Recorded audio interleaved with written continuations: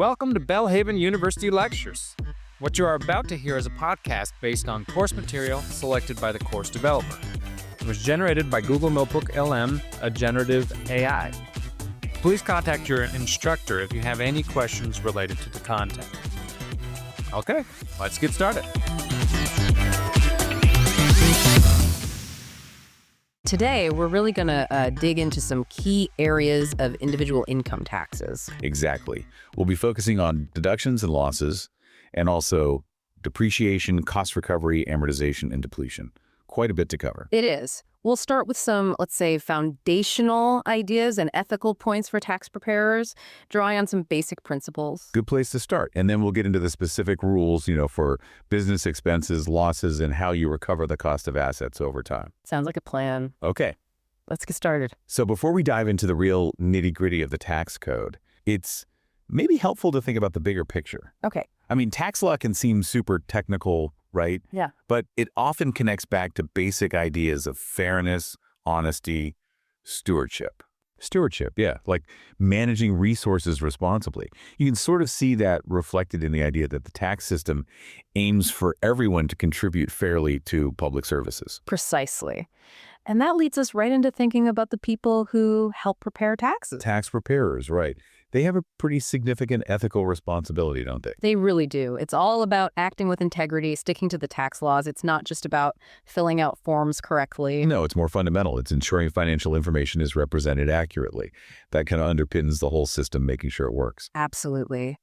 Reporting income and deductions accurately, it's more than just following the law. It really speaks to truthfulness in our financial dealings. When people and businesses get that right, it makes the whole fiscal framework, the thing that supports society, much more reliable. Well said. It provides a good ethical grounding before we get into the mechanics. Okay, so let's shift gears and get into those mechanics, starting with Chapter 7, Bad Debts. In a tax context, what are we actually talking about? Right. So a business bad debt typically comes from accounts receivable, money owed from credit sales. Okay, so you made a sale, expected to get paid. Exactly. And crucially, you've already included that income on your tax return because you're using the accrual method. If you then find out you just can't collect that money, Then it might be a bad debt deduction. potentially, yes, that unpaid amount could qualify. But what if you're a cash basis taxpayer? Does that change things? Oh, absolutely. Big difference. If you're on the cash basis, you generally can't take a bad debt deduction for unpaid services or sales Why is that? because you only report income when you actually receive the cash. Since you never reported the income in the first place, well, there's nothing to deduct when you don't get paid. No income recognized means no basis for a deduction. Got it. So for the accrual folks who can potentially take the deduction, how do they actually do it? Is there a specific method? Yes, the tax rules require the specific charge-off method. No estimating allowed, generally, except for maybe some financial institutions. Specific charge-off, meaning, Meaning, you deduct the debt in the specific year, it becomes clear that it's partially or even wholly worthless. You identify the actual debt you're writing off. and how is that deduction treated? Is it like any other expense? For a business bad debt, it's treated as an ordinary deduction. That's usually better than a capital loss because it can offset ordinary income directly. Okay. And what if, miracle of miracles, you actually collect that debt later on after writing it off? Then you've got income. Any recovery of a previously deducted business bad debt has to be reported as income in the year you receive it. Makes sense. Now, what about loans that aren't strictly business? Maybe lending money to a friend or a relative? Good question. Those usually fall into the category of non-business bad debt. And the rules are different. Yes, less favorable generally. They're treated as short-term capital losses. Short-term capital loss. Okay. And you can only deduct them when? Only when the debt becomes completely worthless. No deduction for partial worthlessness, like with business bad debts. And I imagine the IRS looks closely at loans between relatives. Oh, definitely. They scrutinize them to make sure it's a real loan, a bona fide debt, and not just a gift disguised as a loan to get a tax deduction. So they look for things like a formal note, interest being charged, collateral, maybe? Exactly. A written note, a reasonable interest rate, maybe some collateral, proof you actually tried to collect the debt, and clear intent from both sides that it was a loan to be repaid. Right.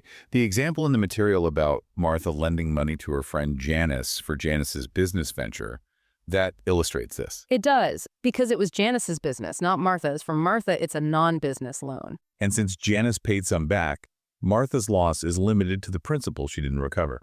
Precisely. The initial loan was $25,000. Janice repaid $7,000, which included $1,000 of interest. Since Martha is a cash-basis taxpayer, she can't deduct the unpaid interest. Oh, okay. So her loss is the remaining $18,000 of principal.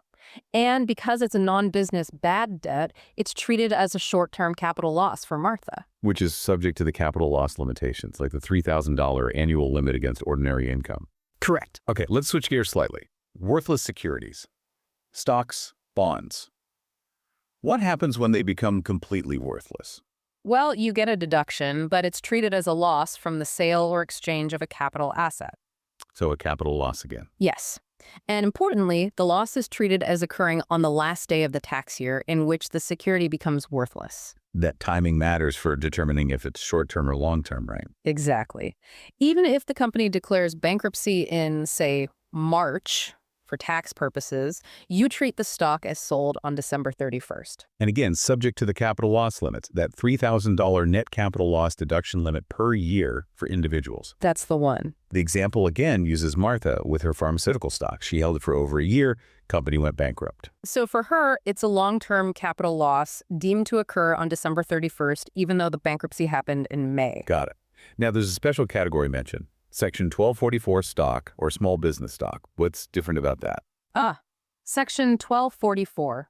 This is a really helpful provision sometimes. It allows losses on qualifying small business stock to be treated as an ordinary loss, not a capital loss. Ordinary loss. It's much better usually. Much better. You can deduct it against ordinary income up to certain limits, $50,000 a year for single filers, $100,000 for married filing jointly. Are there restrictions? Oh, yes, quite a few. The loss above those limits is still a capital loss. And critically, this ordinary loss treatment is only available to the original purchaser of the stock who acquired it directly from the corporation. Not if you bought it from someone else. Correct. And the corporation itself has to qualify as a small business corporation when the stock was issued, generally meaning its total capital contributions didn't exceed $1 million. So it's targeted at encouraging investment directly into small businesses. That's the idea. And importantly, Section 1244 only applies to losses. If you sell Section 1244 stock at a gain, it's still a capital gain. Okay, so back to Martha's example where she bought stock from her friend Peter. Even if Peter's company was a qualifying small business, it wouldn't qualify for Section 1244 treatment for Martha. She didn't buy it directly from the corporation. so her loss on that stock is just a regular capital loss. Exactly. A short-term capital loss in her case, since she didn't hold it long. Okay, let's broaden out again. What other kinds of losses can individuals deduct? Section 165C seems to lay out the main categories. It does. Generally, individuals can deduct losses that fit into 3 buckets. 1, losses incurred in a trade or business. 2, losses from transactions entered into for profit, like investments. And 3, 3 is casualty and theft losses. But there's a huge caveat here right now. the rule change from 2018 through 2025. Yes. For those years, personal casualty and theft losses on property not used in a business or for investment are only deductible if they happen in a federally declared disaster area. So if your personal car gets damaged in a major storm, but it's not declared a federal disaster, no deduction. Generally, no. For those personal use assets during this period, it's a significant limitation. What exactly qualifies as a casualty anyway? It has to be an event that's sudden, unexpected, and unusual. Think fires, storms, shipwrecks, earthquakes, floods. Also, theft, like larceny or robbery. What's not a casualty? Things that happen gradually. Termite damage, disease killing trees over time. Those usually don't qualify because they lack that suddenness. And just misplacing something isn't theft. Okay, and when do you deduct these losses? Generally, in the year the loss occurs. For theft, it's the year you discover the theft. Except for those disaster area losses. Right. If it's a federally declared disaster area loss, you have an election. You can choose to deduct it either in the year it happened or in the immediately preceding tax year. That could be useful for getting the tax relief sooner. It could. Also, a key point.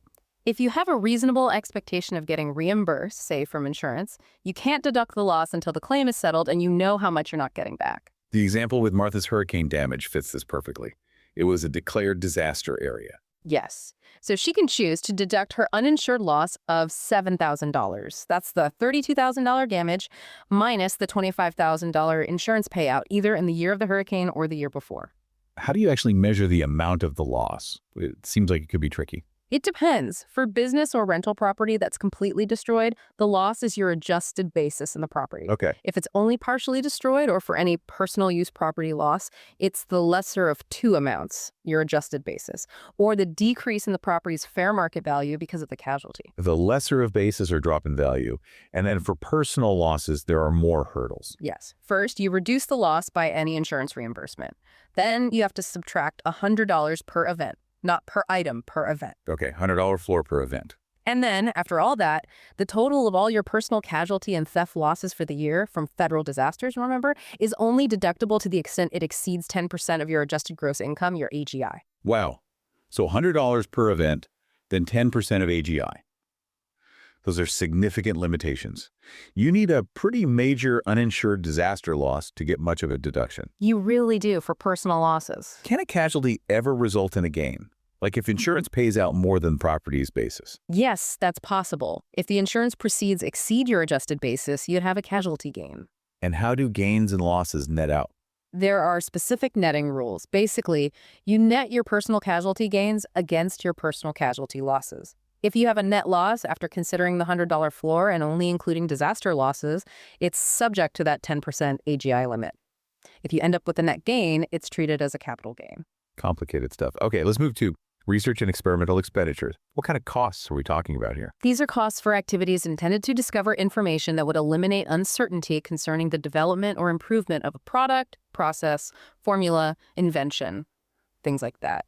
It can also include attorney fees for getting patents. And the treatment for these changed recently, didn't it? After 2021. Big change, yes. For tax years, starting after December 31st, 2021, you can no longer immediately deduct these R&E expenses. So what happens now? You must capitalize them and amortize them. Amortize, meaning deduct them over time. Right. Ratably, over a 5-year period if the research is done in the U.S., or a 15-year period if it's done outside the U.S., and the amortization starts at the midpoint of the year the expenses are paid or incurred. So no more immediate write-off. That's a significant shift for tech companies and manufacturers. What if you abandon the research project? If you abandon the project, you can deduct the remaining unamortized cost over the rest of the amortization period. You don't get to accelerate the whole remaining amount immediately. Okay, now another potential limitation. Excess business losses. What triggers this? This rule applies when your total deductions from all your trades or businesses exceed your total gross income and gains from those businesses plus a threshold amount. That threshold is indexed for inflation. Yes. For 2024, it's $305,000 for single filers and $610,000 for married filing jointly. So if your combined business deductions are way higher than your combined business income plus that threshold, you have an excess business loss. What's the consequence? The excess amount is not deductible in the current year. Not deductible at all. Not in the current year. It gets carried forward to the next year as part of your net operating loss, or NOL carry forward. Ah, so it feeds into the NOL calculation. What's the point of this rule? It's basically designed to limit the extent to which wealthy taxpayers can use large losses from active businesses to zero out their tax liability on other income, like investment income. And it applies at the individual level, even for pass-through businesses like partnerships or S-Corp. Correct. It's applied after the passive activity loss rules. Which brings us neatly to net operating losses, NOLs. We just mentioned them. They let you use losses from one year to offset income in other years. Exactly. But remember, only losses from a trade or business, or those casualty theft losses we talked about, can generally create an NOL for an individual. Investment losses typically don't create NOLs. And the rules for carrying NOLs around have also changed, right? Carrybacks. Mostly gone. For NOLs arising in tax years after December 31st, 2020, you generally can only carry them forward. Indefinitely, but forward only. No more carrying back to get refunds for prior year taxes, with some limited exceptions we don't get into here. So you have to wait at least a year to get the tax benefit. Correct. And there's another limitation now, too. Oh. The NOL deduction you can take in any carry forward year is limited to 80% of your taxable income for that year, calculated before you take the NOL deduction itself. So an NOL might not wipe out all your taxable income in a future year, even if the NOL is large enough. Exactly. That 80% limit can mean it takes longer to fully use up a large NOL. Calculating the NOL itself, that involves adjustments too, right? It's not just the bottom line loss on your business schedule. Definitely not. You start with your negative taxable income, basically, and then you have to make several adjustments. Add back things like, well, personal exemptions used to be one, but they're suspended now. You add back any NOL carryover from other years that you deducted. Okay. Add back the qualified business income QBI deduction if you took one. Add back excess non-business capital losses over non-business capital gains. Up to the $3,000 limit. Well, you add back the amount limited. Also add back the excess of non-business deductions over non-business income and net non-business capital gains. And there are adjustments for limits on business capital losses, too. It gets complicated. It sounds like it.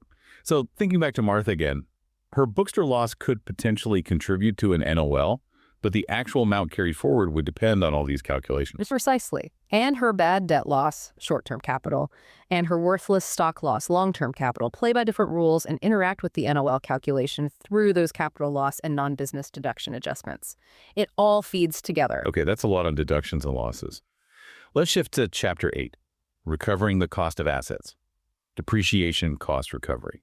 What's the big idea here? The big idea is that when you buy assets for your business or for producing income, things that will last more than a year, you generally can't deduct the entire cost up front. Right, because they provide value over time. Exactly. So cost recovery is the process of systematically deducting the cost of these assets over their useful lives, or over specified periods defined by the tax law. And we use different terms. Depreciation, amortization, depletion. Right. Depreciation or cost recovery usually refers to tangible assets, things you can touch like machinery, equipment, buildings. Amortization is for intangible assets like patents or goodwill. And depletion is for natural resources, oil, gas, minerals, timber. And crucially, this is only for assets used in a trade or business or held for the production of income, not personal stuff. Absolutely. Critical point. No cost recovery deductions for your personal use car or your personal residence, unless part of it is used for business, like a home office, which has its own rules. We often hear realty and personality. Can you clarify those? Sure. Realty or real property is land and buildings permanently attached to it. Personality or personal property is basically everything else that isn't realty tangible assets, like desks, computers, machinery, vehicles. Don't confuse personality with personal use property. Personality can be essential business equipment. Okay. And when can you actually start taking these cost recovery deductions? The moment you buy the asset? Not necessarily the moment you buy it, but when it's placed in service, meaning it's ready and available for its specific job in your business. You might buy a machine in December, but not get it installed and running until January. Cost recovery starts in January when it's placed in service. Got it. There's also this distinction between allowed and allowable cost recovery. What's that about? That's important. Allowed is the depreciation you actually took on your tax return. Allowable is the depreciation you should have taken under the correct method. And why does that matter? Because when you calculate the assets adjusted basis, say, for figuring gain or loss when you sell it, you have to reduce the original cost by the greater of the allowed or allowable depreciation. So even if you forget to take depreciation 1 year or take too little, your basis is still reduced by the amount you could have and should have taken. You can't just skip depreciation and save the basis reduction for later. The IRS says use it or lose it, essentially. okay, that prevents some game playing. What about converting personal property to business use? Like you used a car personally, now it's your business car. Or that home office example. What's the basis for depreciation?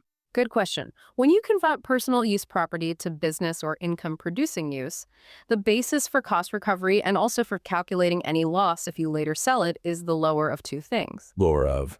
Lower of the property's adjusted basis on the date of conversion or its fair market value on the date of conversion. Why the lower amount? Because any decline in value that happened while it was personal use property is considered a personal loss, which isn't deductible and can't be recovered through depreciation. You only get to depreciate the business use portion of its value from the point of conversion. The Dr. Payne example with the converted residence illustrates this. He paid $350K, but it was only worth $280K when he converted it to rental. Right. So his depreciable basis for the rental property starts at $280,000, the lower fair market value at conversion. He can't depreciate the $70,000 drop that happened while it was his personal home. Makes sense. Okay, let's get into the main system. MCRS, Modified Accelerated Cost Recovery System. What are its key features? MCRS is the standard system for most tangible property placed in service after 1986. It generally allows you to recover costs more quickly than under older systems, often using accelerated methods and recovery periods that are shorter than the asset's actual economic life. Shorter periods, faster write-offs. Sounds good for businesses. It usually is. MakeCRS has different rules for personality and realty and uses specific recovery periods and methods based on property classifications. The IRS provides tables to make the calculations easier. Let's talk personality first. What are the typical recovery periods? Personality is grouped into classes: 3-year, 5-year, 7-year, 10-year, 15-year, and 20-year property. Common examples are computers and light vehicles in the 5-year class, and office furniture and fixtures in the 7-year class. And the depreciation method, is it straight line?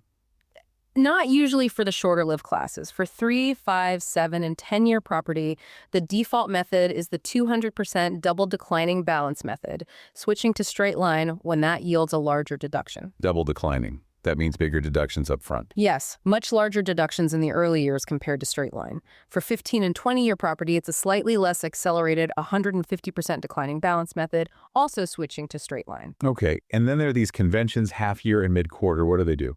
The conventions determine how much depreciation you can take in the year you buy the asset and the year you dispose of it. The general rule for personality is the half-year convention. Half year, meaning? It treats all property placed in service or disposed of during the year as if it happened exactly at the midpoint of the year. So you get a half year's worth of depreciation in the first year, regardless of whether you bought it in January or December. Okay, simple enough, but there's an exception.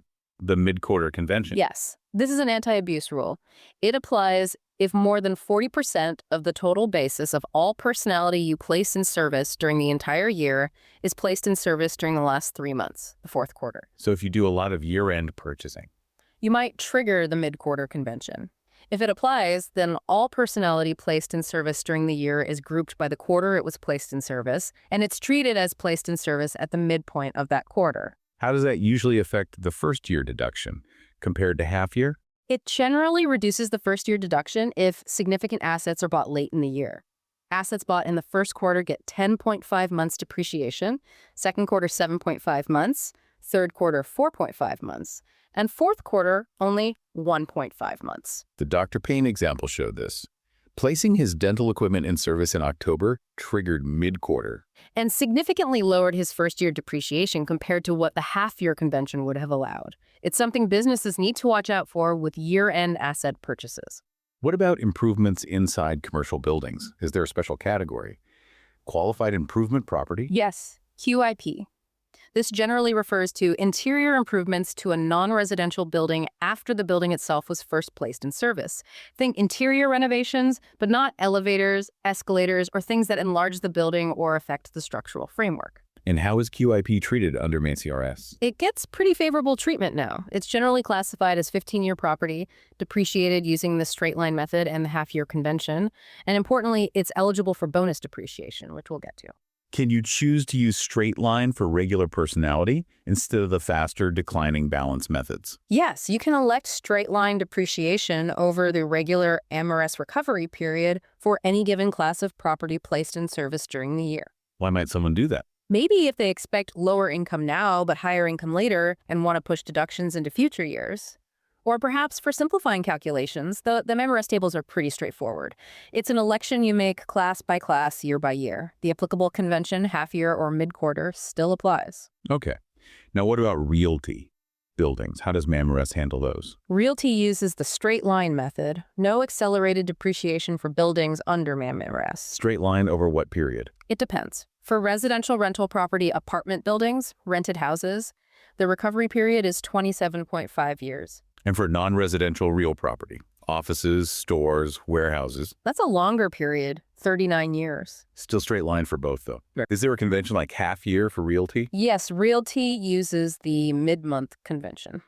It treats property placed in service or disposed of during any month as if it happened at the midpoint of that month. So in the first year, you get depreciation for the number of half months the property was in service.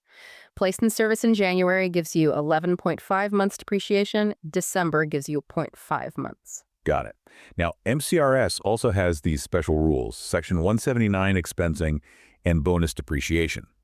These seem designed to accelerate deductions even more. They absolutely are. They provide significant upfront deductions. Let's start with Section 179. Okay. What does it let you do? Section 179 allows a business to elect to expense, meaning deduct immediately the cost of qualifying property placed in service during the year instead of depreciating it over time. What kind of property qualifies? Generally, tangible personal property, machinery, equipment, furniture, off-the-shelf software purchased for use in the active conduct of a trade or business. It can be new or used. Importantly, it does not generally apply to real property, although there are some exceptions for certain improvements to non-residential real property now, including QIP. Is there a limit to how much you can expense? Oh, yes. There's an annual dollar limit on the amount you can expense. For 2024, that limit is $1,220,000. That's a pretty high limit. It is. But there's another limit. The expensing deduction is phased out dollar for dollar if the total cost of Section 179 property you place in service during the year exceeds a certain threshold. For 2024, that phase-out threshold starts at $3,050,000. So if you buy too much qualifying property, you start losing the benefit. Exactly. And there's a third crucial limit.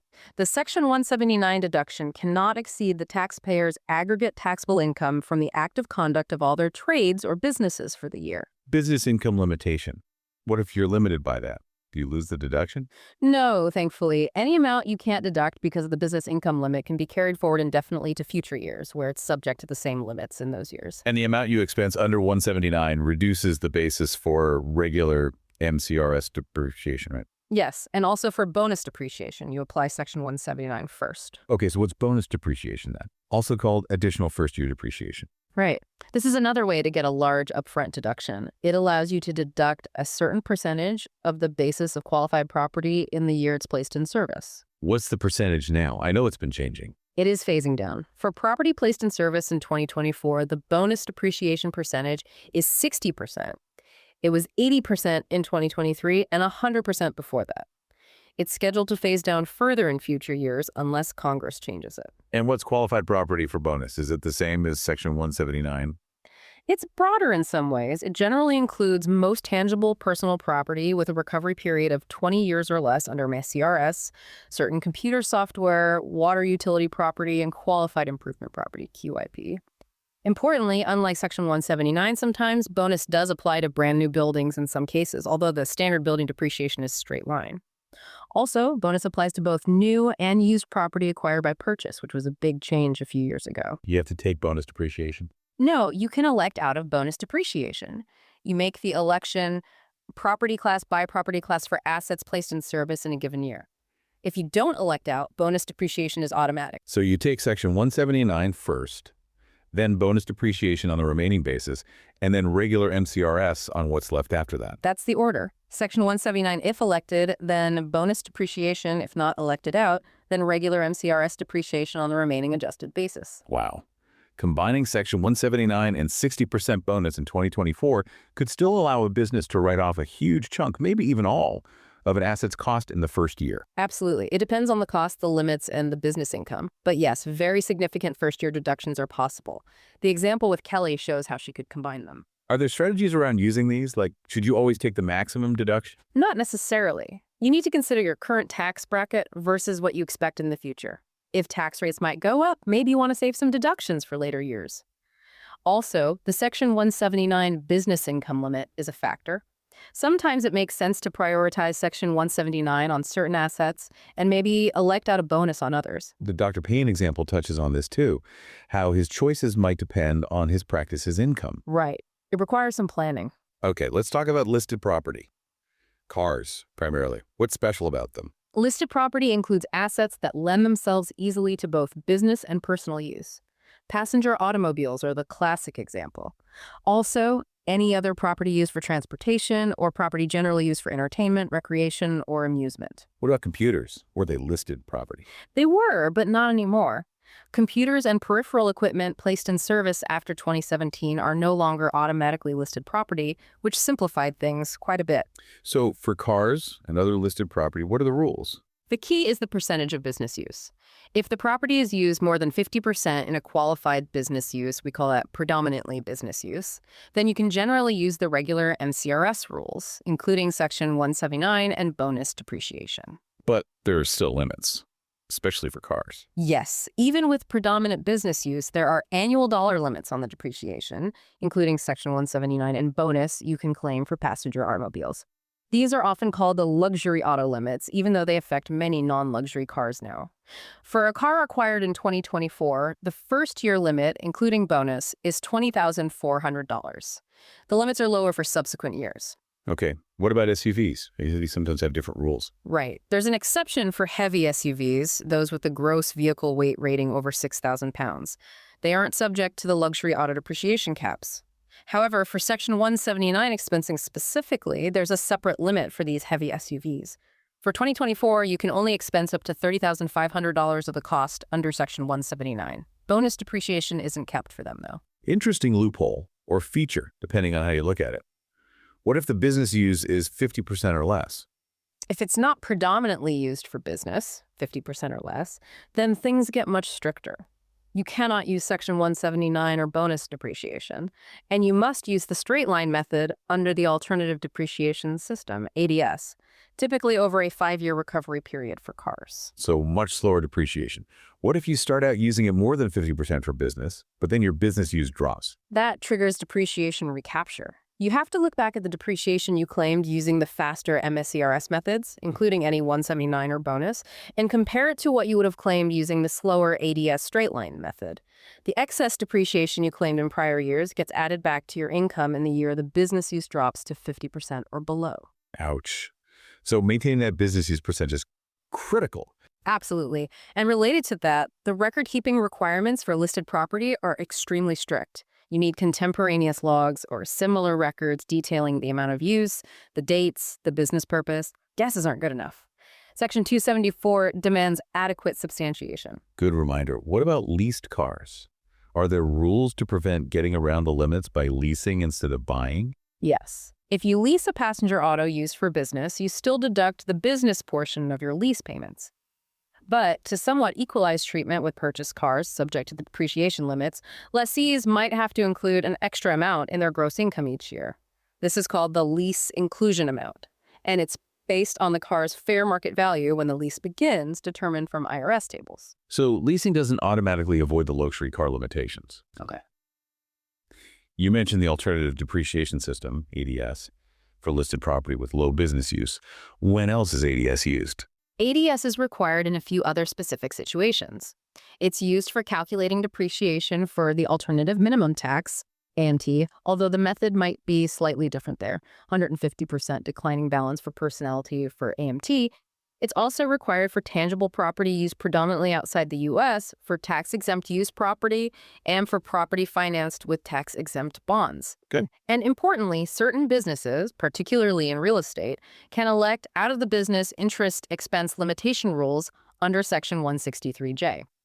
But if they make that election, they must use ADS to depreciate their real property and certain other assets. So it trades off faster depreciation for unlimited interest deductions. Essentially, yes. ADS generally uses the straight-line method over longer recovery periods than regular MyCRS. For example, residential rental property is 30 years under ADS versus 27.5 NCRS, and non-residential is 40 years versus 39 NCRS. You can also elect to use ADS for regular tax purposes even if it's not required. It seems like most people would stick with NCRS unless they have to use ADS or have a specific reason to elect it. How is all this depreciation reported on the tax return? Sole proprietors report depreciation expense on Schedule C, Form 1040. Regardless of entity type, if you're claiming depreciation or amortization, you generally need to file Form 4562, Depreciation and Amortization. That's the detailed form. Yes, it breaks down depreciation by asset class, shows calculations for Section 179, bonus depreciation, MACRS, ADS, listed property details, and amortization. Okay, speaking of amortization, we covered it briefly for R&E costs. What about other intangibles? Things like goodwill or franchises? Right. Intangible assets acquired after August 10, 1993 generally fall under Section 197.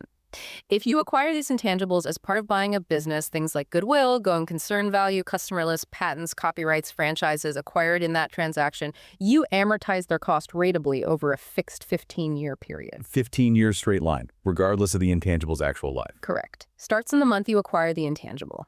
This rule simplified things greatly compared to older law where you had to argue about useful lives. Note that self-created intangibles generally aren't Section 197 assets. And what about startup costs for a new business? Can you deduct those immediately? Not entirely. You can elect to immediately deduct up to $5,000 of business startup costs and $5,000 of organizational expenditures in the year the business begins. Only $5,000. Well, that $5,000 limit is reduced dollar for dollar if your total startup costs exceed $50,000. Any costs you can't deduct immediately, either the amount over $5,000 or all costs if you don't elect the immediate deduction, must be capitalized and amortized ratably over 180 months. That's 15 years starting with the month the active trade or business begins. So some immediate deduction potentially, but the rest is spread over 15 years. Exactly. Okay, last topic in this chapter. Depletion. This is for natural resources. Yes. Depletion is how you recover your investment, your basis, in natural resources like oil, gas, minerals, timber, as you extract or harvest them. How does it work? Is it like depreciation? It's conceptually similar, but uses different methods. There are two main methods: cost depletion and percentage depletion. Cost complete. That's based on your adjusted basis in the property and the estimated number of recoverable units, like barrels of oil or tons of coal. You calculate a cost per unit, and your deduction is that cost per unit times the number of units sold during the year. Okay, seems logical. What's percentage depletion? This one's different. It's calculated as a specified percentage of the gross income from the property. The percentage varies depending on the type of mineral. For example, 15% for many common minerals, different rates for oil and gas. Based on income, not cost. Can that lead to deducting more than your original investment? Yes, it can. Percentage depletion is not limited to your basis in the property, though it is limited to 50% of the taxable income from the property before depletion, 100% for oil and gas. Right. Over time, you could potentially deduct far more than you ever invested through percentage depletion. Cost depletion, however, stops once your basis is recovered. You generally deduct the greater of cost or percentage depletion each year. Interesting. And what about the costs of drilling wells, like intangible drilling costs, IDCs? IDCs are costs for drilling and preparing oil, gas, or geothermal wells that don't have salvage value in themselves. Taxpayers generally have a choice. They can elect to expense IDCs currently, deducting them immediately, or they can capitalize them and recover them through depletion or depreciation over time. Most taxpayers elect to expense them for the immediate deduction. Seems like depletion rules are pretty specialized to the natural resources industry. They definitely are. Very specific rules for different resources and situations. So bringing it back to the big picture example with Dr. Payne, his tax reporting system uses MACRS, which is required, so that $91,298 depreciation figure is likely correct for tax. And he can take depreciation on both the converted rental house, using the lower FMV basis, and the purchased rental house. That sounds right. Applying all those MSCR's rules for realty's straight-line, mid-month convention, correct recovery periods would be necessary for both properties. Well, we've certainly covered a lot of ground today. We've navigated through the complexities of deductions, losses, bad debts, worthless securities, and then the whole world of cost recovery, MECRS, Section 179. Bonus depreciation plus amortization and depletion. It's quite a landscape, and really understanding these rules is just crucial, isn't it, for figuring out taxable income accurately, but also for making smart financial and business decisions. Absolutely. And as we said, we've really just scratched the surface here. Each of these areas has so many more details, exceptions, and specific scenarios. Definitely encourages further digging. Thinking about how these rules might apply to your own situation or maybe your client's situations or just areas you find interesting. It really does. There's always more to learn in tax. We'll have to leave it there for today. Sounds good. Look forward to the next time. Talk to you next time.